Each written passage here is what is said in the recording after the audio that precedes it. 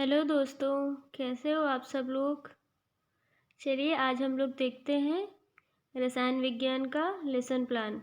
रसायन विज्ञान में हम अम्ल का लेसन प्लान। अब आप लोगों को पहले की तरह ही साइड में दिनांक डालना है, फिर इधर बीच में विषय, उपविषय, प्रकरण और विद्यालय का नाम डालना है, और इधर फिर से साइड में कक्षा, वर्ग, चक्र और समय डालना है। फिर हम लिखेंगे सामान्य उद्देश्य। सामान्य उद्देश्य में हम 4 पॉइंट लिखेंगे या 5 पॉइंट भी हम लिख सकते हैं।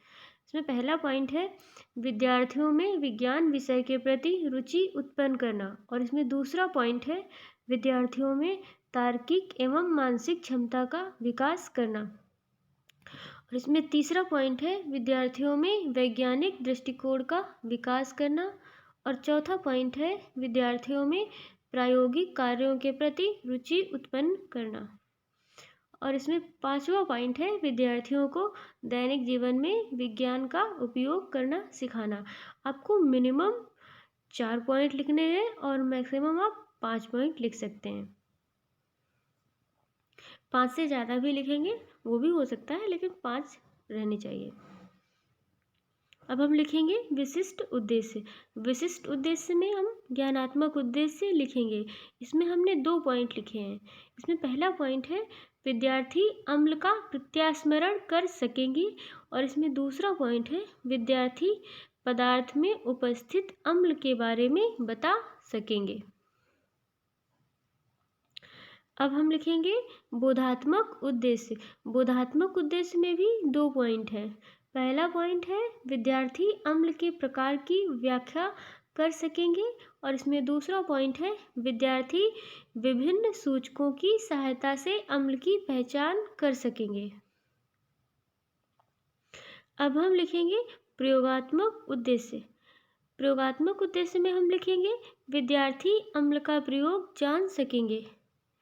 अब हम लिखेंगे सहायक सामग्री। सहायक सामग्री में जो भी हम क्लासरूम में यूज करते हैं वो सामग्री होती है चाक, डस्टर, रोलर बोर्ड, संकेतक आदि। अब हम लिखेंगे पूर्व ज्ञान। विद्यार्थी अम्ल के बारे में सामान्य जानकारी रखते हैं। उसके बाद में हमको प्रस्तावना प्रश्न बच्चों से निकलवाना होता है। उसमें जैसे कि हमने इसमें लिखा है, इसमें 3 आपको कॉलम बनाने हैं। पहले कॉलम में क्रम संख्या, दूसरे में छात्राध्यापिका या छात्राध्यापक प्रश्न, और तीसरे में छात्र उत्तर। और हमको क्वेश्चन ऐसे बनाने हैं कि वो जिग-जैग पहला क्वेश्चन का संबंध दूसरे क्वेश्चन से हो। इस तरीके से हमको क्वेश्चन बनाने हैं, और आपको मिनिमम 3 क्वेश्चंस बनाने हैं और मैक्सिमम 5। ठीक है। और क्वेश्चन इस प्रकार बनाने हैं कि जैसे कि पहला क्वेश्चन है, इसमें कुछ फलों के नाम बताइए। तो इसमें दिया है नींबू, संतरा, इमली, सेब और अंगूर। तो ऐसा होना चाहिए कि पहले क्वेश्चन का आंसर 100% बच्चों को आना ही चाहिए। और दूसरा क्वेश्चन है नींबू, संतरा, इमली का स्वाद कैसा होता है? खट्टा होता है। दूसरे क्वेश्चन का आंसर 80% बच्चों को आना चाहिए। उसके बाद में तीसरे क्वेश्चन का आंसर 60% बच्चों को आना चाहिए, और 4th क्वेश्चन का आंसर 40%। अगर आपके पास टफ क्वेश्चन है तो ऐसा क्वेश्चन हो जो फिर किसी भी बच्चे को ना आता हो, उसी के बारे में हम वही समस्यात्मक प्रश्न हो जाएगा, या यहाँ पे हम लिख सकते हैं मौन, और ये चौथा क्वेश्चन समस्यात्मक प्रश्न हमारा हो जाएगा।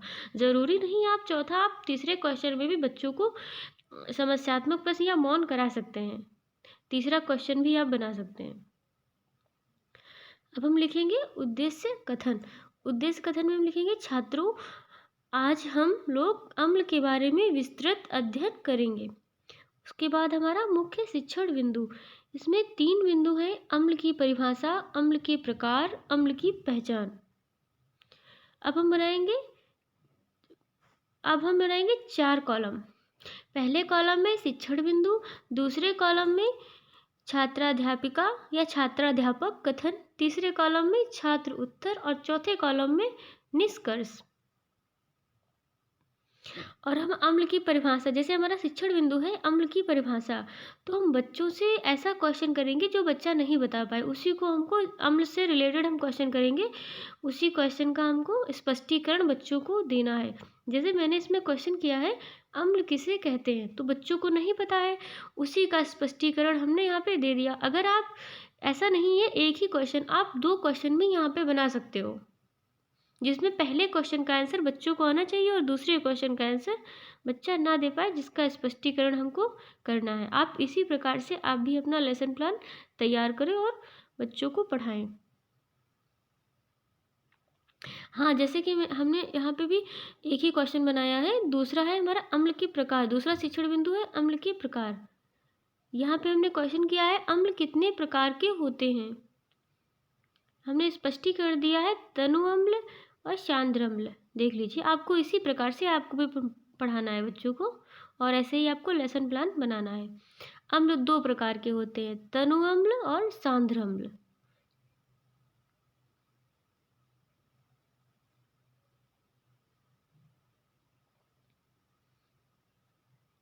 और हमारा तीसरा शिक्षण बिंदु अम्ल की पहचान किससे करते हैं। तीसरा क्वेश्चन हम बच्चों से करेंगे,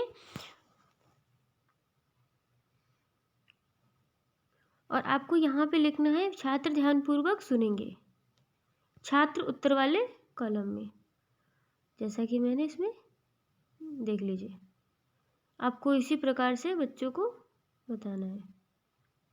आप यहाँ साइड में मिनिएचर भी लगा सकते हैं, जहाँ पे शिक्षण बिंदु, मुख्य शिक्षण बिंदु लिखा है, यहाँ पे आप छोटा सा मिनिएचर भी लगा सकते हैं।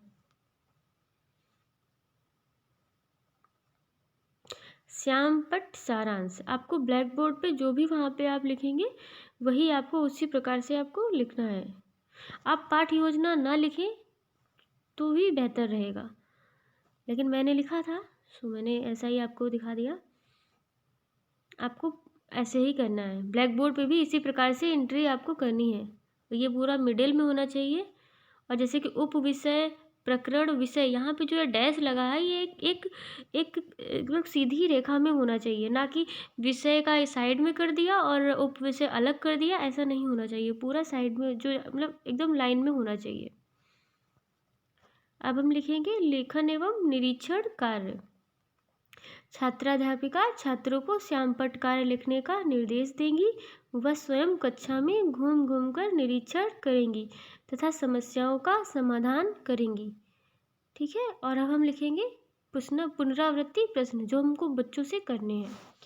जैसे कि इसमें मैंने पहला क्वेश्चन दिया है अम्ल किसे कहते हैं, और इसमें दूसरा क्वेश्चन है दही में कौन सा अम्ल पाया जाता है, और तीसरा क्वेश्चन है सांद्र अम्ल किसे कहते हैं, चौथा क्वेश्चन है अम्ल की पहचान किससे करते हैं। पुनरावृत्ति प्रश्न वही प्रश्न होने चाहिए जो हमने बच्चों को स्पष्टीकरण दिया है, उसी से रिलेटेड पुनरावृत्ति प्रश्न होने चाहिए, ताकि पता चल पाए कि बच्चों ने कितना ग्रहण किया, बच्चों के कितनी समझ में आया। उसके बाद में हम बच्चों को गृह कार्य देंगे जो बच्चों को घर से करके आना है। मैंने इसमें देखो, जैसे कि मैंने इसमें 2 क्वेश्चन दिए हैं, अम्ल किसे कहते हैं और अम्ल के प्रकार लिखिए। इसमें दूसरा है सूचक किसे कहते हैं, किन्हीं 2 सूचक के नाम बताइए। गृह कार्य भी जो हमने स्पष्टीकरण या जो पाठ योजना हमने आज पढ़ाई है, उसी दिन पढ़ाई है, उसी से रिलेटेड क्वेश्चन गृह कार्य में होने चाहिए। थैंक यू दोस्तों। अगर आपको ये वीडियो अच्छा लगा हो तो लाइक और सब्सक्राइब करें और बेल आइकन को भी प्रेस कर दें। थैंक यू, मिलते हैं अगले वीडियो में। Thank you.